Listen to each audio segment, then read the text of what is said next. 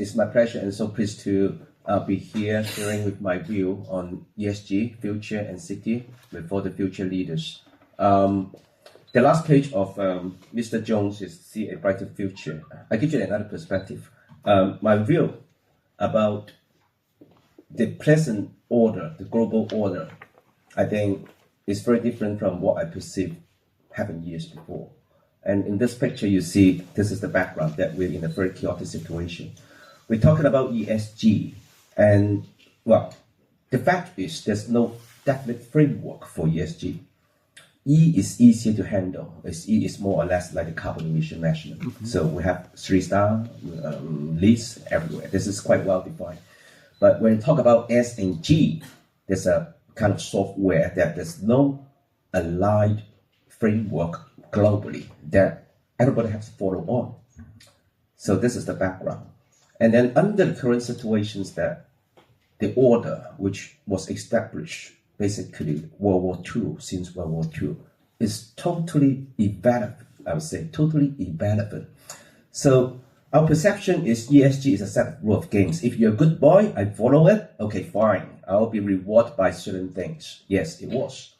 But actually, what we're facing is a transforming world that may not be happening for a very long time. Now that's I think gives you a perspective of what we are facing, and then you know how you're going to respond on that. So then I use this one. Yeah, and it is irrelevant. So everybody knows it. You have Facebook, you have Baidu, so everybody will see that Americans is exercising is much so on an unpredictable way. And yeah, I think China's doing really well in this game and well prepared since we suffered in 2018. And this time around, I think every single step that we're coming up into another profile, being an active participant in global affairs in various aspects, including how we define our world, especially in social and governance. Now, this is very, very important. Come back in the micro kind of area, which is our industry. I haven't introduced myself. I'm trained as an architect. I got my office and running really well because of the WTO, China urbanization and all that requires some service provider.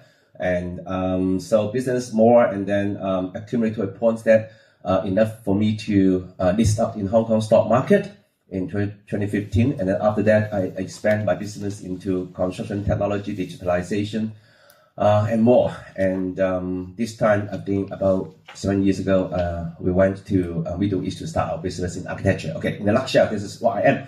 So I'm trying to give you a perspective of how I feel about our industry in the future.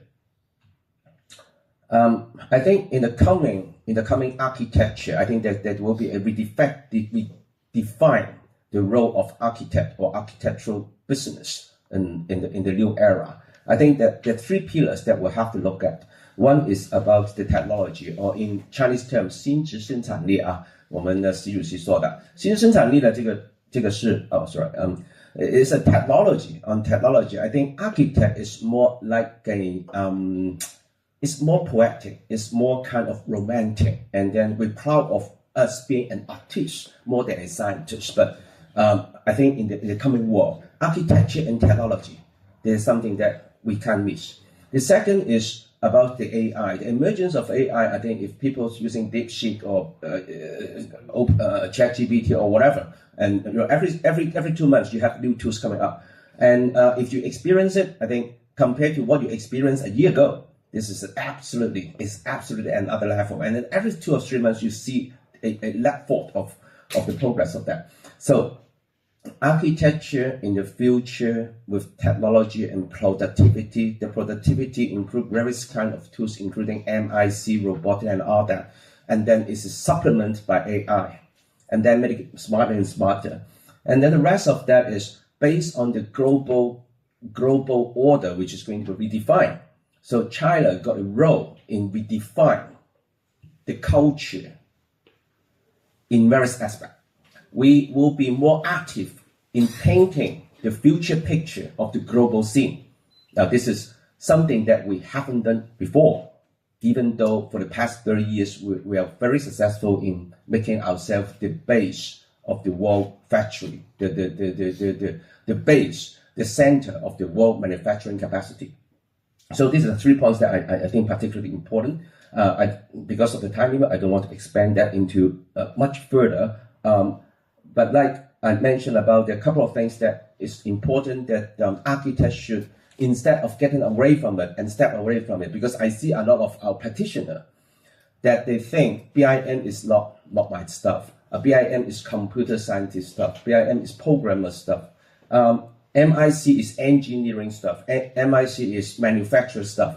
But I think it's all this should be orchestrated by architect, who's the commander and project manager, which our role actually in the industry is being eroded to a lesser extent. I mean, compared to when I entered into the industry 30 somewhat years ago, our role as being an architect is far more important than what I am experiencing now.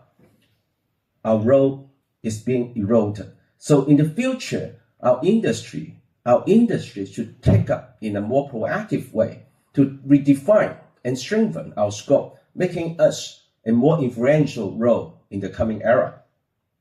Robotic, I don't want to stay too long on this. And then I just mentioned about our role is changing, and then we have to capture the advantage of being an architect in the role of the supply chain. AI, no need to mention about. I think some practices has used AI at least for the conceptual design to SD kind of things like that, and you don't have to spend a week or 10 days to do mood image or that. I mean, that will be under your fingerprint in 5 minutes or so. Okay. About the value export. I think this is something that we are ready to go, and this is what my company is doing. Try very hard to do what we can do, although it's a small part. We export our experience, which is we learn for the past 25 years. I started my business in Shenzhen.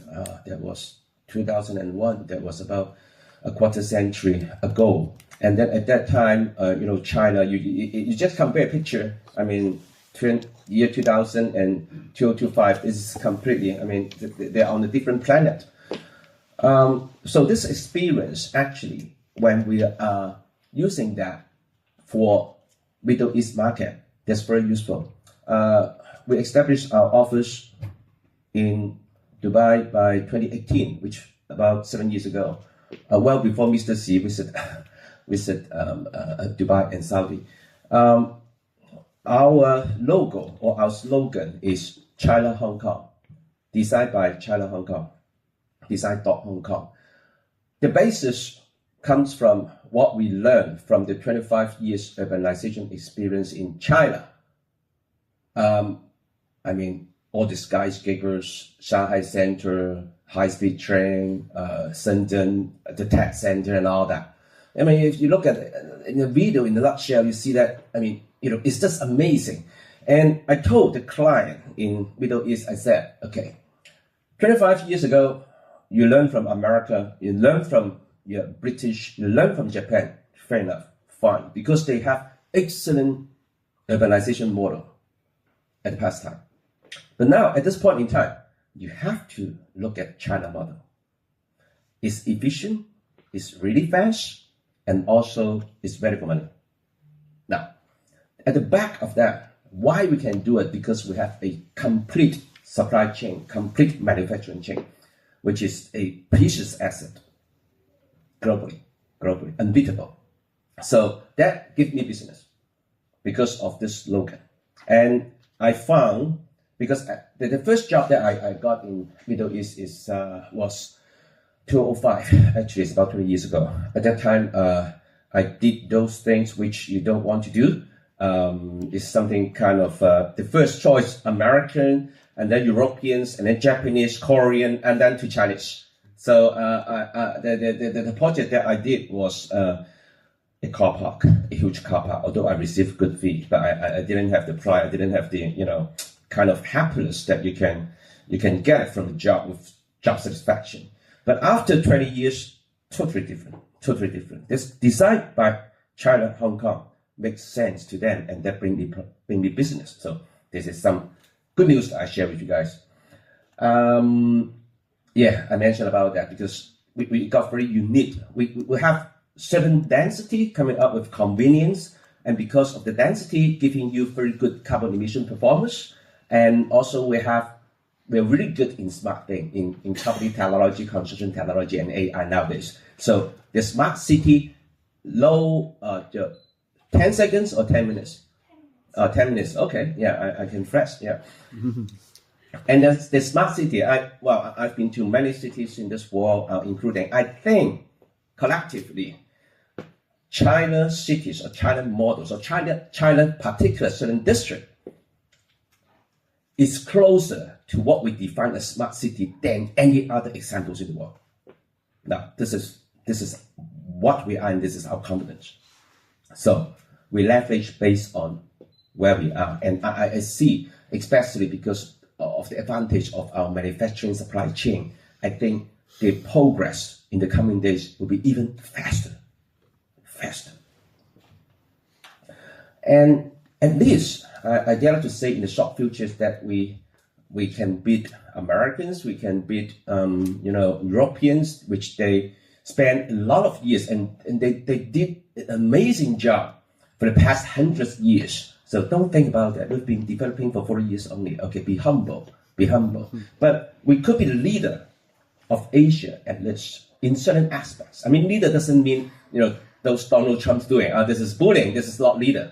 We exercise our leadership in a true leader way. So we try to compare the advantage and disadvantage, the weakness and strength of different countries, and which actually in our business, when we are doing business overseas in Middle East, we're facing different team of people. We're facing Singapore architect, we're facing Japanese architect, Korean architect, and also European and Americans. So we have to define who we are.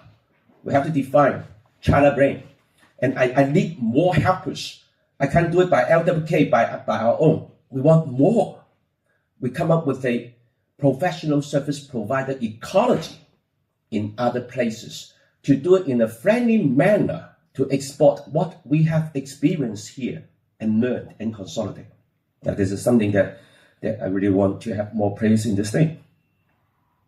I talked about that before, yeah. So from after World War II and I tell you what, why we employ foreign designer, because you admire their things. Sometimes when you admire their things, this is something by your imagination that may not be the fact. Like in 80s or like in 20 years ago, we employ for all the important projects in China, we employ foreign architects because we think, we admire their capacity. We think they're better than us. But now I think this concept, at least we have to change about that. And this is what I mentioned. We come into the era and we are in the junction of, we define the rule of games, including ESG. Come back to ESG. Even ESG, we can define it. I mean, like Mr. Zhou mentioned about the SDG 17, United Nations SDG, right? Sustainability Development Goal. What is United Nations doing now? Somebody raised a trade wars, a tariff war, which is totally out of framework. It's totally ludicrous. Where's UN? UN doing nothing. And UN established right after World War II. And now it's defunction. So we rely on the UN SDG to define something which, do you think, believable? 50%, maybe, or even less. Now this is the new world that we are facing. This is my company, the milestones and growth of that. But actually, it's a condensation about what happened in this period of time. I entered into China, established my first office about year 2000, which is when China entered WTO. And then we started the journey about our manufacturing journey. And then about 2015, I got this up in the Hong Kong company. And then about that time, our new shareholder coming in actually is from Beijing. So we got a part of our shareholding actually is from Beijing Municipal Institute, which is Beijing Enterprise Group. Why that happened was because at that time it's about 2016. The country, our country, thinks professional service is important. I think this is starting from year 2000 to 20-something that we have established our manufacturing capacity. And then the national policymaker would like to start a journey about exporting or building up our capacity in a higher level. I would say higher level. The high level, because it's not manufacturing capacity anymore, it's professional service. Professional service including 5 minutes, okay. Professional service including architecture, auditing, accounting, law, blah, blah, blah, blah, blah, and all that. So this is another level. We got service industry, treasury industry. So actually, we so happen at that point in time, dovetail with the policy and trend, and that's how we can grow. And so 2018, we went to Dubai, and then 2020 we went to Saudi Arabia, and also that was in line with some global incident. Actually, 2018 was the time that Saudi ladies can drive. They were not allowed to drive, and then when I see it, when a country that they have such a drastic positive change.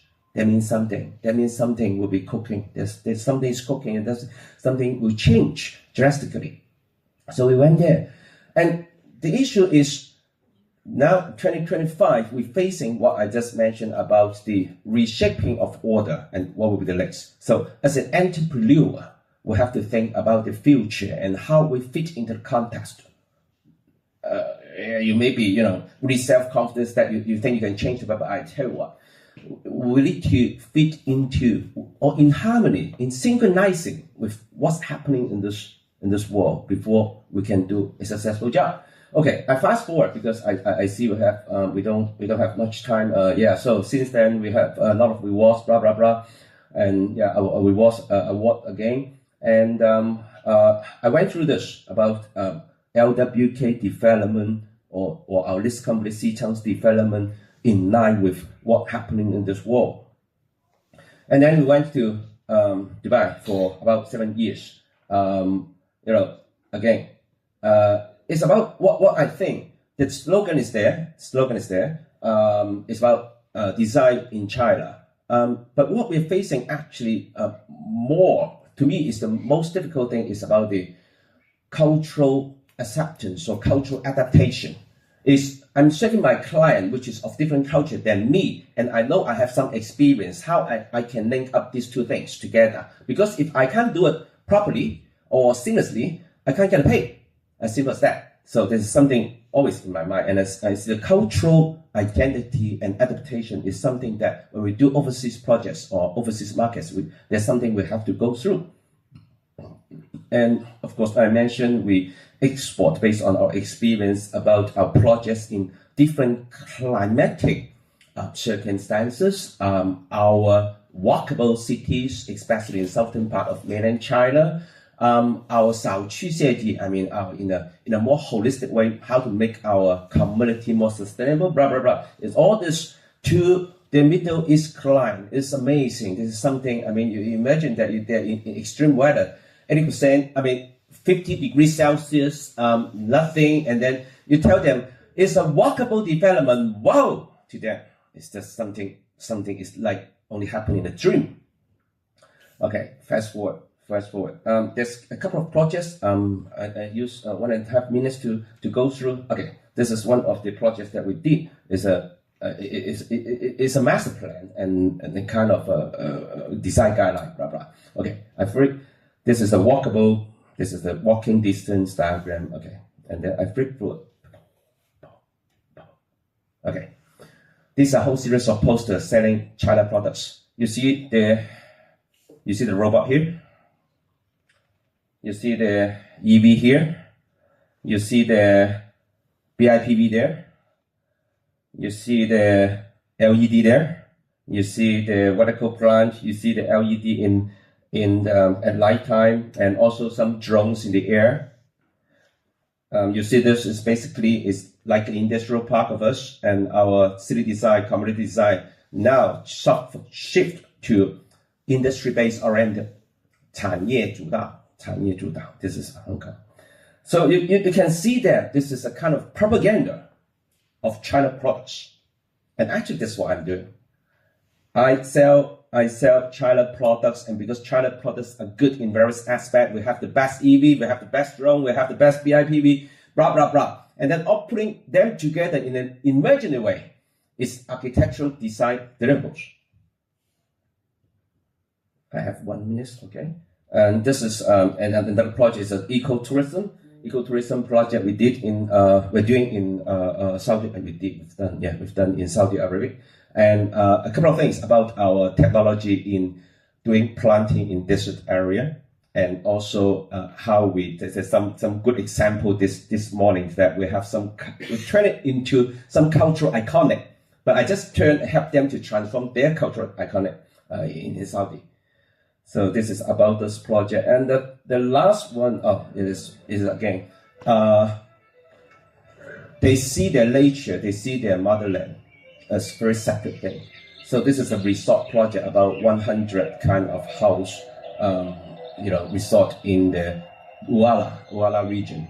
And this is one of their most popular thing. So yeah, it takes 30 seconds. All right, yeah.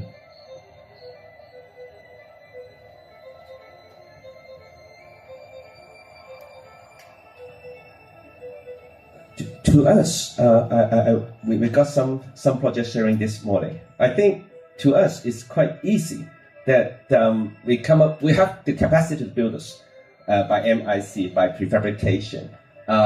We know how to make it work, but just you put it in a different cultural context, it becomes really amazing.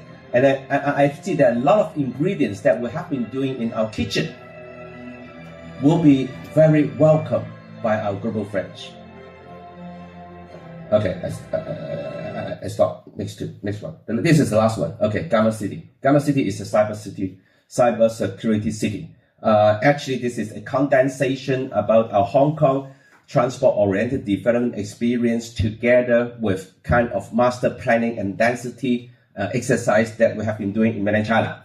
But again, put it in a different context, in Southeast context. There's no video, right? No problem. Yeah, I'm running out of time. So, thank you very much. What I want to give you guys a perspective, I think it may be a little bit further from the original title about but ESG City and Future. When Jane given me the topic, this is the reflection I want to share with all the future leaders sitting in this room. Thank you very much.